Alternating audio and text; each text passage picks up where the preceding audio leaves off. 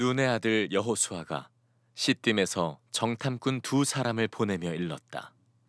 가서 몰래 그 땅을 정탐하여라.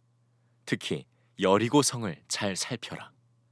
그들은 그곳을 떠나 어느 창녀의 집에 들어가 거기에서 묵었다. 그 집에는 이름이 라합이라고 하는 창녀가 살고 있었다.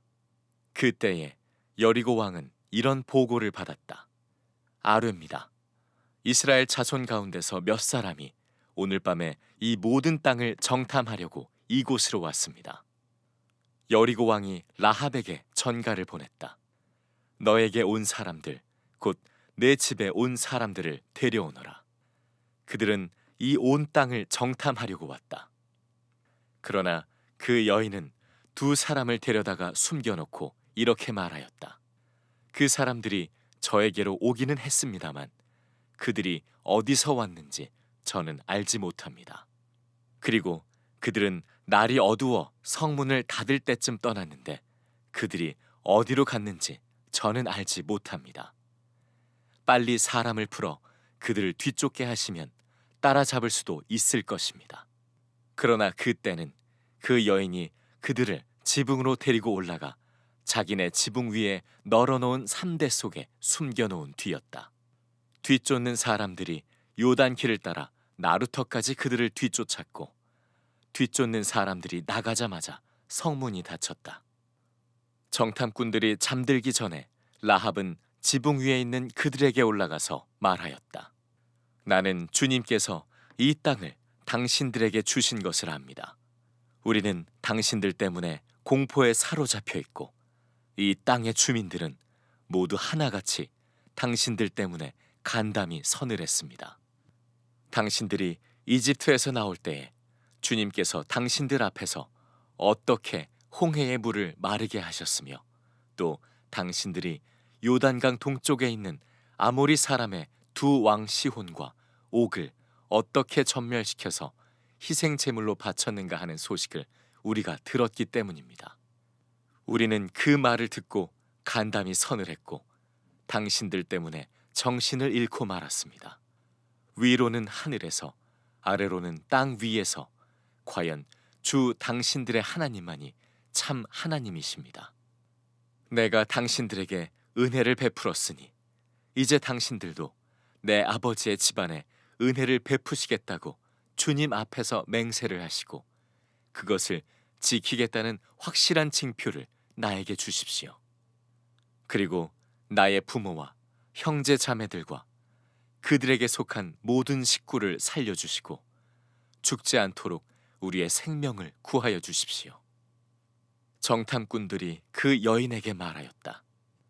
우리가 목숨을 내놓고라도 약속한 것은 지키겠소. 우리가 한 일을 어느 누구에게도 일러 바치지 않는다면 주님께서 우리에게 이 땅을 주실 때에 우리는 친절과 성실을 다하여 그대를 대하겠소. 라합은 성벽 위에 있는 집에 살고 있었기 때문에 창문으로 밧줄을 늘어뜨려 그들을 달아내려 주었다. 그리고 여인은 그들에게 말하였다. 뒤쫓는 사람들이 당신들과 마주치지 않도록 산으로 가십시오. 거기에서 사흘 동안 숨어 있다가 뒤쫓는 사람들이 돌아간 다음에 당신들이 갈 길을 가십시오. 그 사람들이 그 여인에게 말하였다.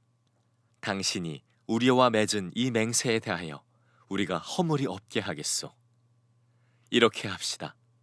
여기 홍색 줄이 있으니 우리가 이 땅으로 들어올 때에 당신이 우리를 달아내렸던 그 창문에 이 홍색 줄을 메어 두시오.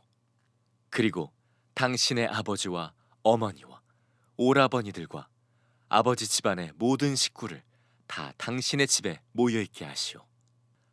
누구든지 당신의 집 대문에서 밖으로 나가서 죽으면 그 죽음에 대한 책임은 죽은 사람 자신이 져야 하며 우리는 책임을 지지 않겠소. 그러나 우리가 당신과 함께 집안에 있는 사람에게 손을 대서 죽으면 그 죽음에 대한 책임은 우리가 질 것이요. 그러나 당신이 우리가 한 일을 누설하면 당신이 우리와 맺은 맹세에 대하여 우리는 아무런 책임이 없소. 그러자 라합은 그들의 말대로 하겠다고 대답하고 그들을 보냈다. 그들이 간 뒤에 라합은 홍색 줄을 창에 매달았다.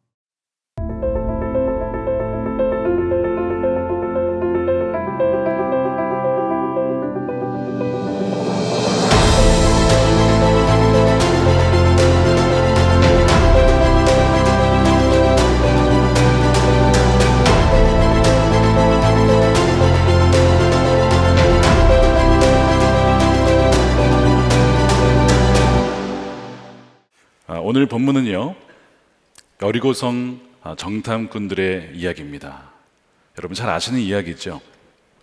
여호수아가 2명의 정탐꾼을 보냅니다. 왜 2명일까요? 예전에 많이 보냈다가 한번 뒤었거든요. 그래서 믿음에 딱 2사람만 골라서 보내게 되는 겁니다. 이 여리고라는 지역은 굉장히 타락한 도시였습니다. 그 아모리 족속 왕국의 일부였는데요. 폭력적이면서도 도덕적으로 철저하게 타락한 이 도시가 여리고입니다. 1929년에 우가리 토판이라고 하는 고고학적 자료가 발견됐는데요. 가나안 지역과 이 여리고 지역의 문화가 어떠 있는지를 보여줍니다. 거기에 보게 되면 우상 숭배, 음란, 남색, 성전에서 일하는 그 창녀들의 이야기, 뭐 이런 것들이 발견이 됐어요. 바알신이 섬겼기 때문에 그렇거든요. 왜 하나님께서 이 땅을 이스라엘에게 주셨는가? 여러분 돌아보면 아브라함에게 하나님이 이 땅을 주시겠다고 약속하실 때에 하신 말씀이 있어요. 너희 자손들이 수백 년 뒤에 돌아오게 될 텐데 그때가 언제냐? 아모리 족속의 죄악이 가득 찰 때입니다. 그러니까 아직은 아니기 때문에 가지 않을 거다. 그러나 가득 차게 될 때가 너희의 자손들이 그 땅을 차지하게 될 때다. 지금 여호수아가 왔는데 바로 이때가 그때인 것이죠. 그러니까 지금 이 여리고는 그런 도시인 것이죠. 지금 21세기에 우리나라에 여리고와 같은 도시가 있을까? 지난 1월 초에 좀 충격적인 뉴스 기사가 있었습니다. 이 뉴스는 묵상의 대상이 아니라고 말씀을 드렸습니다. 기도해야 될 제목인데요. 서울 강남의 한 클럽에서 남자 14명, 여성 12명이 경찰의 단속을 받습니다. 음란 행각을 벌인 거예요. 자세한 얘기는 하지 않겠습니다. 더 충격적인 것은 이들은 그냥 풀려났어요. 자발적으로 한 일이고 금품이 오고 간 것이 아니고 무엇보다 처벌할 법적 근거가 없었다는 것입니다. 너무나 사실은 이것이 우리나라에서 벌어지는 일이고요. 사실 뭐 한국뿐이겠습니까? 그런 도시가 한두 군데이겠습니까? 그러니까 이 여리고라고 하는 이 성적으로 타락한 도시는 고대 근동 지방에 수천 년 전에 있었던 도시가 아니고 지금 서울 한복판도 당연히 그렇다는 거예요. 그러니까 아직도 사실 하나님 심판하지 않은 이유가 있다면 경건한 소수의 사람들이 있기 때문에 기회를 주시는 것이고 회개할 기회를 남겨두신 것입니다. 지금 그 도시에 정탐꾼 2명이 들어가는 거예요. 근데 들어갔는데 가게 된 것이 라합이라고 하는 창녀의 집이었습니다. 왜 창녀의 집인가? 많은 사람들이 드나들었기 때문에 아마 몸을 숨기기에 아마 좋았을 것 같다는 생각을 한 것 같아요. 라합은 누구라고 했냐면 창녀라고 했는데 히브리어 조나라고 되어 있습니다. 그러니까 청전 창녀를 뜻하는 케데사라는 단어가 아니라 조나라고 하는 창녀를 썼어요. 이 단어는 굉장히 우리가 알고 있는 대로 자신의 몸을 팔고 그렇게 비천하게 살아가야 했던 그 창녀입니다. 그러니까 라합의 삶이 그렇다는 것이죠. 그러니까 여리고의 문화 자체가 또한 도시가 그런 곳이었기 때문에 사실 뭐 창녀라고 해서 그렇게 특별할 것은 아니지만 어쨌든 그러한 도시의 창녀의 집에 정탐꾼들이 들어가게 됩니다. 이 라합은 여리고와 함께 멸망당할 운명에 있었던 여인이었습니다. 함께 다 망하는 것이죠. 어찌됐든 정탐꾼이 들어가게 됐는데 이 여리고 성의 안보 능력이 좀 좋았던 것 같아요. 알아차린 거예요. 이스라엘의 사람들이 들어갔다는 것을 알아차렸습니다. 뭐 이들이 좀 능력이 없어서 발각되는지는 모르겠지만 어쨌든 여리고 왕이 알게 됩니다. 그리고 라합에게 사람들을 보내서 그 사람들을 끌어내라고. 그런데 이 라합이 이들을 지켜주기로 결심을 합니다. 그리고 지혜를 발휘해서 그들이 오긴 왔지만 이미 빠져나갔습니다. 지금 쫓아가면 아마 잡을 수 있을 겁니다. 이렇게 그들의 시선을 돌려놓죠. 그리고 다시 이 정탐꾼들, 이 지붕 위에 숨겨놓았던 그들에게 와서 이 라합이 놀라운 이야기를 합니다. 왜 이들을 숨겨주었을까? 이유가 있었어요. 그것이 9절 말씀입니다. 나는 주님께서 이 땅을 당신들에게 주신 것을 압니다. 우리는 당신들 때문에 공포에 사로잡혀 있고 이 땅의 주민들은 모두 하나같이 당신들 때문에 간담이 선을 했습니다. 지금 놀랍게도 라합은 하나님, 당신들의 하나님이 이 땅을 당신들에게 주었다는 것을 알고 있다는 거예요. 여러분, 이 말씀 어디에 나온 거죠? 여호수아 1장에 보면 하나님께서 여호수아에게 내가 이미 이 땅을 너희에게 주었노니라고 했잖아요. 근데 그 말씀을 어떻게 이방 여인 아모리 족속인 라합이 알고 있냐고요. 너무나 놀라운 일이죠. 그 비결이 10절에 나와요. 당신들이 이집트에서 나올 때에 주님께서 당신들 앞에서 어떻게 홍해의 물을 마르게 하셨고 당신들이 요단강 동쪽에 있는 아모리 사람의 두 왕 시온과 옥을 어떻게 전멸시켜서 희생제물로 바쳤는가 하는 소식을 우리가 들었기 때문입니다. 그러니까 지금 이 라합은 40년 전에 있었던 출애굽 사건의 이야기를 알고 있어요. 1년 전쯤에 있었던 요단 동편의 정복 그 사건을 또한 들어서 알고 있습니다. 직접 본 것이 아니에요. 직접 경험한 것이 아닙니다. 믿음을 가질 수 없는 그런 아주 태폐적인 그 환경에서 자란 여인인데 지금 하나님이 이 땅을 당신들에게 주었다라는 놀라운 믿음의 고백을 하고 있어요. 여러분, 보지 않아도 믿음이 있으면 볼 수 있습니다. 여러분 한번 생각해 보세요. 어떤 사람이 야, 하나님 안 보이는데 그거 어떻게 믿냐 하면 여러분 뭐라고 답하시겠어요? 안 보이는데 어떻게 믿냐 이거예요. 제가 한번 예를 한번 들어볼게요. 어떤 사람이 여행을 갔는데 목이 마른데 물이 없는 거예요. 물이. 가게를 찾아봐도 가게가 없어요. 그래서 결국에는 한 시골집을 찾아가게 되었습니다. 문을 두드렸는데요, 인기척이 없는 거예요. 근데 문은 열려있네. 딱 들어갑니다. 마당에 보니까 마당이 딱 청소가 싹 돼 있어요. 문이 열려 안방에 보니까 침대가 정돈이 싹 돼 있어요. 그 거실에 보니까 테이블에 찻잔이 놓여 있습니다. 커피 향이 나고 있어요. 그리고 김이 모락모락 나고 있어요. 근데 사람은 안 보여. 자, 제가 묻겠습니다. 이 집에 사람이 살고 있지 않다. 한번 손 들어보세요. 이 집에 사람이 살고 있다. 손 들어보세요. 대부분 드셨는데 여러분, 사람이 없다니까요, 지금 여기에. 근데 왜 손을 드셨어요? 보여지는 모든 현상이 사람이 여기 살고 있다는 것을 보여주고 있는 것이죠. 지금 라합이 본 것이 그겁니다. 라합은 하나님 보지 않았어요. 그런데 들려오는 소문들과 소식들은 다 하나님이 참된 하나님이시고 그들이 이 땅을 차지할 것이고 이 땅을 이미 하나님이 그들에게 줬다라는 것을 그들은, 그 라합은요, 믿게 된 거예요. 모든 상황이 다 그것을 증거하고 있는 것이죠. 이 믿음이 라합에게 있었던 거예요. 이것이 비범한 믿음입니다. 여러분, 믿음은 어떻게 생긴다고 했습니까? 들음에서 난다라고. 그래서 로마서 10장 17절 말씀을 우리 함께 읽어보겠습니다. 시작. 그러므로 믿음은 들음에서 생기고 들음은 그리스도를 전하는 말씀에서 비롯됩니다. 그러니까 말씀을 듣고 하나님 역사를 듣다 보면 믿음이 생겨요. 그러나 물론 이 여르고 있는 사람들이 듣긴 했지만 다 믿음이 생긴 건 아닙니다. 라합만이 그 들은 것에 대해서 믿음으로 반응을 하게 된 거예요. 창녀였지만 이 성벽 위에 살았기 때문에 오고 가는 사람들로 하여금 근방에 있었던 나라들의 소식들을 자주 접했던 것 같습니다. 그러면서 믿음이 생겨난 것이죠. 어떤 믿음까지 가게 됐냐면 하나님이 참된 하나님이시다라는 고백이죠. 11절입니다. 위로는 하늘에서 아래로는 땅 위에서 과연 주 당신들의 하나님만이 참 하나님입니다 라는 그 고백을 하면서 사실상 그 이제 하나님이 나의 하나님입니다 라는 고백을 라합도 하게 되는 거예요. 믿기 어려운 우상 숭배 지역에서 정말 비천한 삶 속에서 타락한 문명 속에서 고백하는 비범한 믿음인 것이죠. 라합은 이 믿음으로 국제 정세와 시세를 파악합니다. 여러분, 믿음의 눈이 열리면 하나님의 나라를 보게 되고 그 나라가 어떻게 흘러갈지를 알게 돼요. 이미 성경에 그것이 다 쓰여 있죠. 그래서 그녀는 그 믿음으로 하나님께 자신의 인생을 올인한 겁니다. 전부를 드린 거예요. 왜? 보여졌기 때문에 그래요. 천국에 대한 비유 중에 밭을 발견한 사람, 그 보화가 숨겨져 있는 밭을 발견한 사람은 봤기 때문에 자기의 전부를 다 팔아서 그 밭을 산다 그랬잖아요. 본 사람은 전부를 걸게 되어 있으면 라합은 그것을 본 거예요. 그래서 그 비범한 믿음이 그녀의 비천한 삶을 완전 바꾸게 되는 것이죠. 자, 믿음이 무엇인가를 이제 알게 됩니다. 성경에 믿음에 대한 많은 구절들이 있는데 믿음이 뭐냐라고 하는 설명하는 구절은 한 군데입니다.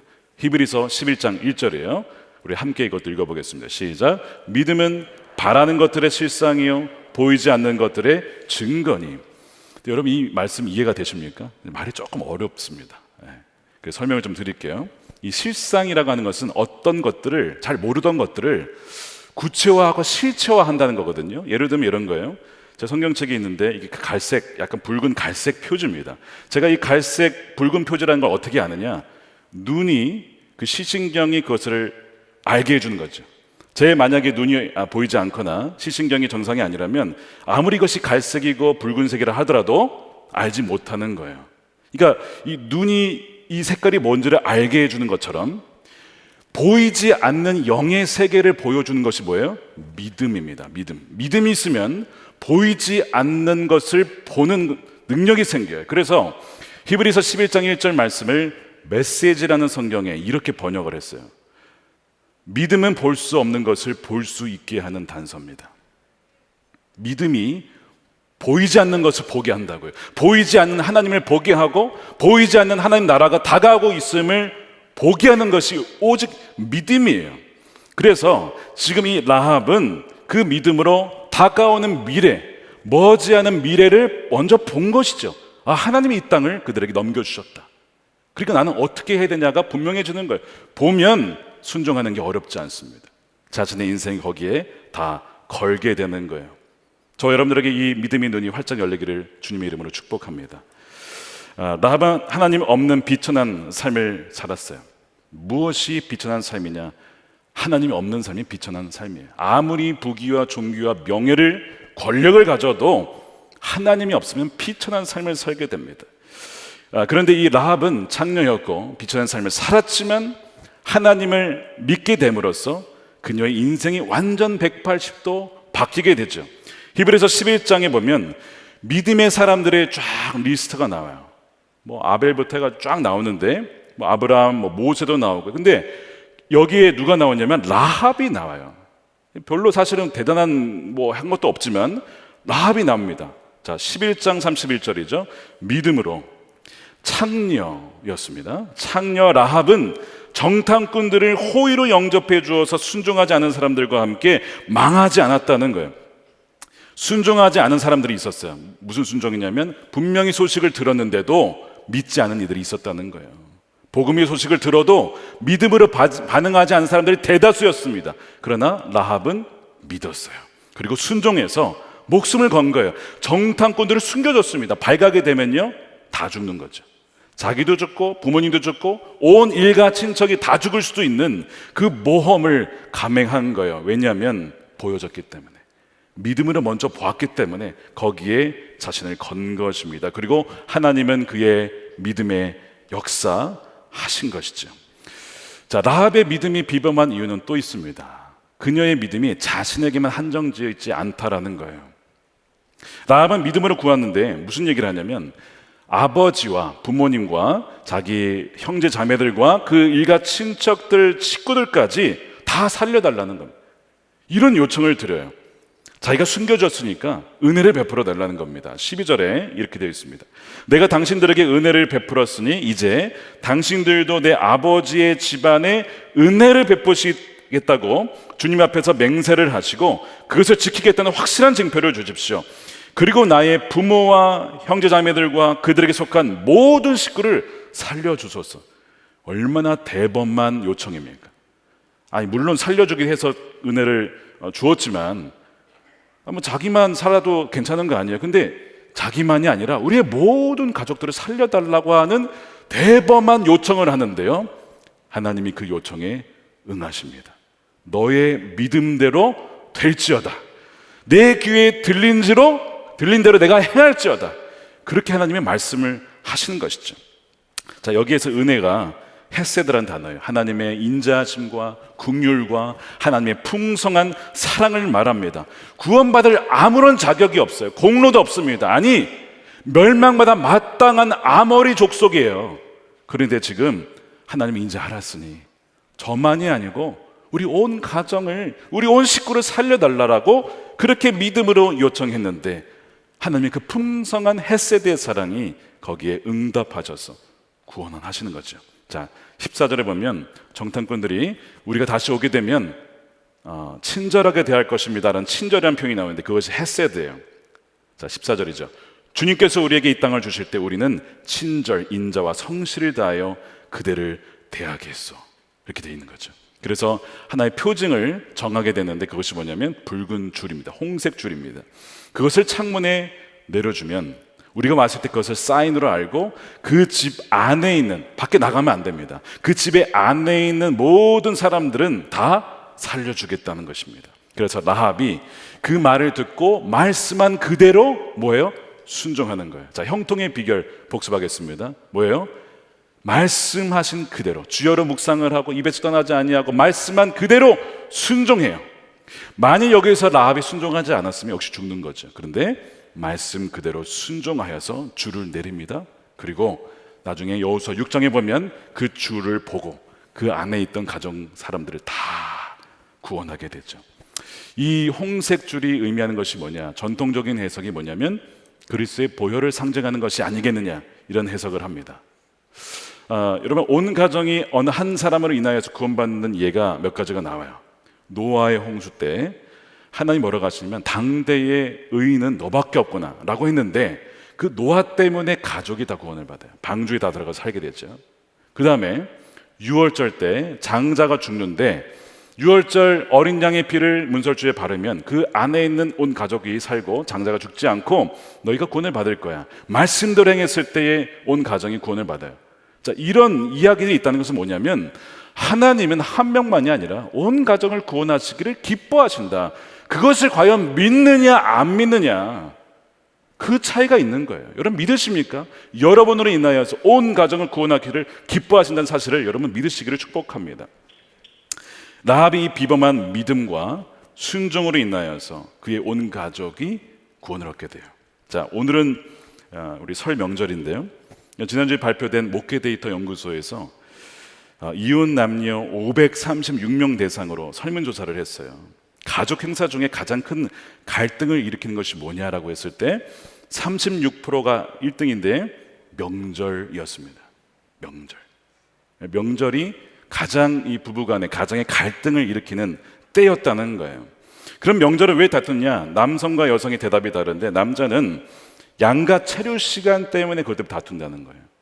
여성은 차례상을 음식 준비하다가 싸우게 되는 것이죠. 그리고 그 다음이 이제 체류 시간입니다. 자, 이 통계를 보면서 저는 생각을 해봤습니다. 왜 명절 때 이렇게 이혼 사유가 되는가? 뭐 여러 가지 사유가 많지만 여러분 마귀 입장에서는 이 명절 때가 가장 위험한 때입니다. 온 가정이 모여드는 때가 1년에 몇 번 있겠어요? 그러니까 복음을 듣지 못한 이들이 복음을 듣고 또한 삶으로 증거할 수 있는 몇 안 되는 기회에 명절 때 모이는 거예요. 그러니까 마귀 입장에서는 굉장히 위험한 때죠. 누구를 두려워할까요? 믿음 있는 사람들을 두려워합니다. 믿음 있는 여인, 믿음 있는 남편, 그들을 두려워하는 거예요. 자, 그래서 어떻게 공략을 하느냐? 어떻게 하면 돼요? 부부싸움을 일으키면 됩니다. 아니면 부모님과 자녀 사이를 갈라놓거나 아니면 시어머니와 며느리 사이를 갈라놓으면 됩니다. 그렇게 해서 갈라놓으면 복음의 통로가 끊기죠. 그러니까 마귀는 명절 때가 사실은 두려워요. 모이니까, 대화할 수 있으니까, 복음을 들을 수 있으니까. 그래서 여러분 사실 명절 때 누가 가장 취약하냐? 취약하다기보다는 공격을 당하느냐? 믿음 있는 사람이에요. 다른 사람 건들 필요가 없어요. 그 사람의 입만 막으면 되고 그 사람의 관계만 다 틀어놓으면 되거든요. 그래서 믿음이 있는 사람이 넘어지는 거예요. 여러분 깨달으셔야 됩니다. 내가 지금 마귀의 블랙리스트구나, 내 공략 대상이구나. 그러니까 공격이 올 것을 예상하시고 이미 우리는 이길 수 있는 방법이 있어요. 뭐죠? 믿음인데 무슨 믿음이냐면 나는 이미 예수님과 함께 십자가에서 죽었습니다. 나는 이미 십자가에서 죽었습니다. 내가 산 것이 아닙니다. 내 안에 주님께서 사십니다라는 그 고백, 그 믿음의 고백이 마귀가 왔다가도 도망가게 한다니까. 이 건드릴 수가 없는, 아니, 죽었는데 어떻게 건드려요? 그 한 사람의 믿음의 고백과 죽음이 결국에는 온 가정을 살리는 것이죠. 여러분, 라합이 만일 여리고 왕에게 이들을 넘겼다고 칩시다. 이게 너무 위험하니까, 이거라도 죽으면 어떡해? 너무 위험하니까 그냥 넘기자 했으면요, 그 당시엔 살았을지 모르겠지만 다 죽는 겁니다. 다 죽는 거예요. 근데 그 라합 한 명이 깨어서 믿음으로 그 모험을 감행했을 때, 그 위기를 능히 감당했을 때, 자기만이 아니라 부모님과 자기의 형제 자매와 그 온 식구가 다 살게 되는 은혜를 누리게 된 것이죠. 그러니까 여러분, 지금 명절에 어쩌면 같이 예배를 다 드리실지도 모르겠어요. 꼭 기억하십시오. 여러분이 구원의 통로입니다. 여러분을 통해서 주님은 온 가정을 구원하시기를 원하신다는 거예요. 이 본문 마지막에 보면 정탐꾼들의 보고로 끝이 나요. 이 지금 여리고의 사람들이 좀 두려워하고 있습니다, 이런 보고를 이제 여호수아에게 합니다. 근데 저는 이제 마지막을 묵상을 하다가 이런 생각이 들었어요. 그들이 두려워하든 두려워하지 않든 그게 무슨 중요한 이야기인가? 여리고 성이 높이가 몇 미터이고 5미터든 그것이 20미터든 30미터든 그게 중요한가? 어차피 이들이 하는 거 아니잖아요. 어차피 하나님이 하시는 건데 이게 무슨 중요한 보고입니까, 이것이? 그럼 왜 하나님은 정탐을 여호수아로 하여금 보내게 하신 것일까? 라는 생각을 하다 보니까 결론에 다다랐어요. 왜 하나님이 정탐꾼들을 보냈어요? 이 정도면 이제 결론 여러분 스스로 나셔야 돼요. 왜 보냈어요? 라합 때문입니다. 라합과 그의 가정 때문에 보내신 거예요. 만일 라합이 물론 믿었죠. 하나님을 믿었는데 이 이스라엘 사람들을 만나지 못했으면 그냥 죽는 거죠. 그러니까 하나님은 라합의 믿음을 보셨어요. 이 여인이, 내 딸이 반응하는구나, 구원해야겠다. 그래서 정탐꾼들을 보내서 아주 우연히 만난 것 같지만 뭐예요? 하나님이 보내고 만나게 하신 필연적인 선미적인 만남이 있었다는 것이죠. 그러니까 여러분, 사실 이 라합이 이 정탐꾼을 숨겨주고 보호해 주었지만 사실은 정탐꾼들이 라합을 구원한 거예요. 그렇죠? 하나님이 정탐꾼을 통해서 라합을 구원한 것입니다. 서로에게 복이 되어지는 만남이 됐어요. 자, 여기 중요한 메시지가 있습니다. 하나님이 누군가의 믿음을 보시고 반응하셔서 역사하실 때 어떻게 하시는가? 우리 삶 가운데 믿음의 사람들을 보내주신다는 겁니다. 하나님이 맺게 하시는 만남이 있어요. 하나님 나라의 인맥이 있습니다, 여러분. 구원의 통로요, 또한 영혼을 든든하게 세워주고 성장시켜주고 성숙시켜주는 그 만남을 위해서 사람을 보내주세요. 예를 들어 보면 예수님이 사도 바울을 만나셨어요. 막 핍박하던, 왜 나를 핍박하느냐, 만났는데 눈이 보이지 않아. 그때 보낸 사람이 누구예요? 아나니아를 보냈습니다. 그에게 안수하고 눈에 비닐을 떨어주고 어디를 가라고 지시해 주라는 거예요. 아나니아를 보냈습니다. 자, 그 다음에 사도 바울이 이제 그 교회 공동체에 들어가려고 하는데 사도들도 두려워해, 이 사도 바울을. 못 들어가는 공동체에. 그때 하나님 보내신 사람이 누구예요? 바나바입니다. 바나바를 붙여주셔서 변호하게 해주어서 사도 바울이 예전과 다르다는 것을 알게 하죠. 그러니까 여러분, 인생의 곳곳마다 하나님이 우리로 하여금 그 믿음에 반응하기 위해서, 역사하시기 위해서 보내주신 사람들이 있어요. 다윗을 보세요. 누굴 만나게 했어요? 사무엘입니다. 사무엘을 통해서 본인 물론 자신도 하나님께 신실한 자였지만 사무엘을 통해서 또한 배우게 되죠. 그 다음에 왕이 되었을 때 누구를 붙여줍니까? 나단을 붙여줘요. 그가 타락해서 성적인 범죄와 완전히 타락했을 때 깨닫지도 못했습니다. 근데 나단을 보내셔서 회개하게 하시잖아요. 나단이 아니었으면 다윗은 회개하지 않았을 것이고 멸망했을 거예요. 근데 나단을 통해서 회개하고 다윗은 다시 회복을 하게 됩니다. 그러니까 우리 인생에 그 믿음의 또한 하나님의 헤세드의 사랑으로 보내주시는 믿음의 사람들이 있다는 것이죠. 여러분들 삶에 그런 사람들이 있기를 축복합니다. 마태복음 1장 5절에 보면요, 이 라합이 누구와 결혼하냐면 살몬과 결혼합니다. 살몬. 그리고 그 사이에 보아스가 태어나죠. 보아스는 룻과 결혼을 하고 오벳을 낳고 이세를 낳고 다윗을 낳는 거예요. 자, 근데 이 살몬이라는 사람이 유다 지파예요. 예수는 유다 지파니까 두 정탐꾼 중에 한 명이 아마 살몬이었을 것이다. 사람들이 이렇게 얘기를 합니다. 자, 왜? 처음에 정탐꾼 누구였어요? 여호수아, 에브라임 지파입니다. 그 다음에 갈렙은 유다 지파예요. 그러니까 유다 지파에서 한 명 분명히 보냈을 거예요. 장자 지파예요. 그러니까 살몬이었을 것이다. 이렇게 얘기를 합니다. 살몬과 만나서 라합이 만났는데 뭐가 됐어요? 예수님의 조상이 됐어요. 다윗의 조상이 되고 예수님의 조상이 됐습니다. 그리스도의 족보에 올라가게 돼요. 누구를 통해서요? 살몬을 통해서. 살몬도 라합을 만남으로써, 그러니까 서로에게 복이 되는 만남이었던 것이죠. 하나님께서 하나님이 없는 비천한 삶을 바꾸실 때에 듣게 하십니다. 복음을 듣게 하셔서 하나님을 알게 하죠. 예수님을 믿게 하시죠. 그 다음에 그 믿음에 반응하셔서 보내시는 믿음의 사람들이 있어요. 그 섭리적인 만남이 있습니다. 저도 제 인생을 돌아보니까요, 제 인생을 바꾼 여러 만남들이 있었는데요, 우리 부모님을 제외하고 꼽으라면 첫 번째는 제 아내를 꼽을 수가 있겠습니다. 친구의 소개로, 정말 친한 친구거든요, 소개로 만나보라고 해서 만나러 버스를 타고 가는데 만날까 말까 고민을 참 많이 했습니다. 그래서 이거 만나야 되나 말아야 되나 이러고 이제 계속 그러다 그냥 어쨌든 약속 장소에 갔어요. 근데 놀라운 일은 그 사람이 안 나타났다는 것입니다. 약속 장소를 착각했어요. 신촌에서 만나 그랬는데 본인은 회화로 갔어요. 그래서 다시 돌아와서 오느라 1시간을 더 늦은 거예요. 더 놀라운 건 제가 그걸 기다렸다는 거 아닙니까? 제가 사실 기다리는 동안 무슨 노래가 이렇게 맴돌았느냐, 잘못된 만남이라는, 웬 그 한 3년 전에 발표한 김건모 씨의 노래가 이게 잘못된 만남 같은데 이거 아니다, 이거 어떻게 이럴 수가 있냐. 저는 정말 약속 시간 안 지키는 거 정말 싫어하거든요. 근데 만일 그때 안 만났으면 어쩔 뻔했어요. 제가 사람 되지 못했겠죠. 믿음의 여인을 만나게 하신 거 하나님이. 그러니까 여러분 보세요, 잘못된 만남 같은 만남인데 섭리적 만남이 있어요. 하나님 맺게 하신 필연적인 만남이 있어요. 잘 돌아보세요, 여러분. 하나님 보내주셨는데 여러분 보냈는지도 몰라요. 두 번째 만남이 있다면 유기성 목사님이죠.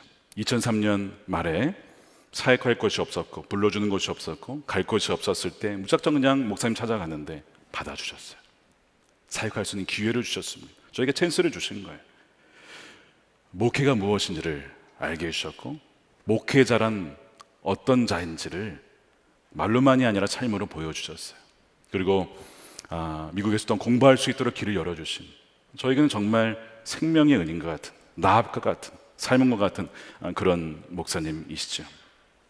또 한 분 계신데 미국에 전영호 교수님이 계십니다.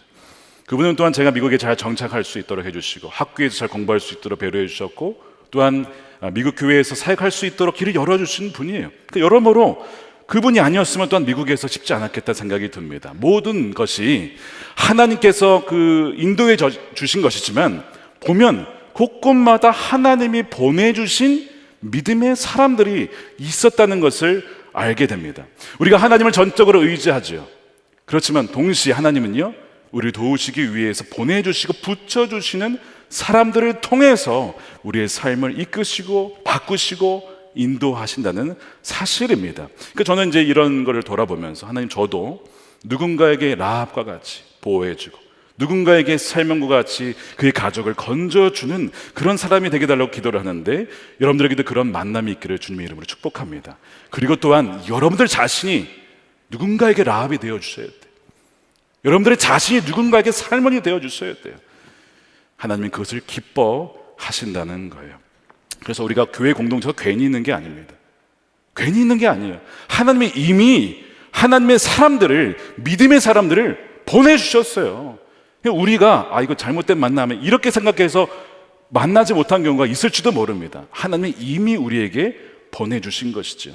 영혼을 세워주게 하고 또한 그 안에서 주님을 따르도록 이끌어주는 사람들이 있다는 것입니다. 결론을 맺습니다. 아무리 부귀한 삶을 누리더라도 정말 퇴폐적인, 정말 하나님 모르고 없이 살아가는 비천한 삶이 있어요. 아무리 부와 명예와 권세를 누려도요, 하나님이 없는 삶은 결국에는요 지옥입니다. 가장 비천한 삶이죠. 반면에 겉으로 보기에는 비천해 보일 수 있어요. 그러나 말씀을 듣고 믿음의 눈이 활짝 열려서 하나님을 알게 되어지고 그 나라가 있다는 것을 알고 자신의 온 인생을 바치는 존귀한 인생이 있습니다. 여러분, 어느 삶을 사시겠습니까? 하나님께서 헤세드의 사랑을 부어주십니다. 그 사랑이 있으면요, 하나님 믿음을 갖게 돼요. 그리고 그 비범한 믿음이 비천한 그 어떠한 인생이라도 완전히 바꾸실 수가 있다라는 것입니다. 올해 하나님의 헤세드의 사랑, 이거는 뭐 공로로 얻을 수 있는 게 아닙니다. 그저 부어주시는 사랑이죠. 그 사랑이 있기를, 또한 그리하여서 비범한 믿음을 가지고 주님과 함께 이 담대한 여정, 이 비범한 여정을 순종의 발걸음을 걸어가시는 올해 여러분들의 삶이 되시기를 주님의 이름으로 축원드립니다.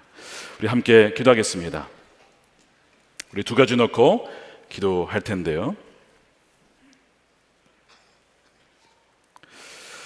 사실 누가 라합이냐라고 하면 우리가 라합입니다. 여러분, 누가 창녀입니까? 영적인 간음을 했던 자가 다 창녀죠. 하나님 외에, 주님 외에 다른 것을 더 사랑하고 좋아하고 자신의 인생을 바친 자가 라합입니다. 그러니까 우리가 다 라합이죠. 멸망마다 마땅한 인생. 그런데 헤세드의 그 은혜가 있었어요. 그 사랑이 있었어요. 복음을 듣게 하셨습니다. 듣는다고 다 믿는 게 아닙니다. 들었는데 믿음이 생겼어요. 하나님이 계시구나, 예수님이 구원자시구나, 천국과 지옥이 있구나, 다가오는 완전한 그 하나님 나라가 있음을 보게 되는 것이죠. 그리하여서 그분께 우리 인생을 드린 것, 그것이 가장 복된 삶입니다. 우리가 라합이었습니다. 그 은혜에 감사하면서 우리 기도했으면 좋겠습니다. 주님, 우리에게 헤세드 사랑을 부어주신 게 감사하며 하나님 계속해서 믿음을 더하여 주셔서 나만이 아니라 우리 온 가정이 주여 그 나라에 함께하는 가족들이 되게 해달라고 우리 함께 기도하시고, 두 번째, 하나님이 그 믿음의 응답해서 보내주시는 만남이 있습니다. 섭리적인 만남이 있어요. 필연적인 만남이 있습니다. 주님, 제 스스로 생각해서 잘못된 만남이라고 판단해서 보내버리고 끊어버린 관계가 얼마나 많은지 모릅니다. 섭리적인 만남을 통해서 구원하시기를 기뻐하시는 하나님, 그 만남을 회복시켜 주옵소서. 우리 두 가지 놓고 함께 기도하겠습니다.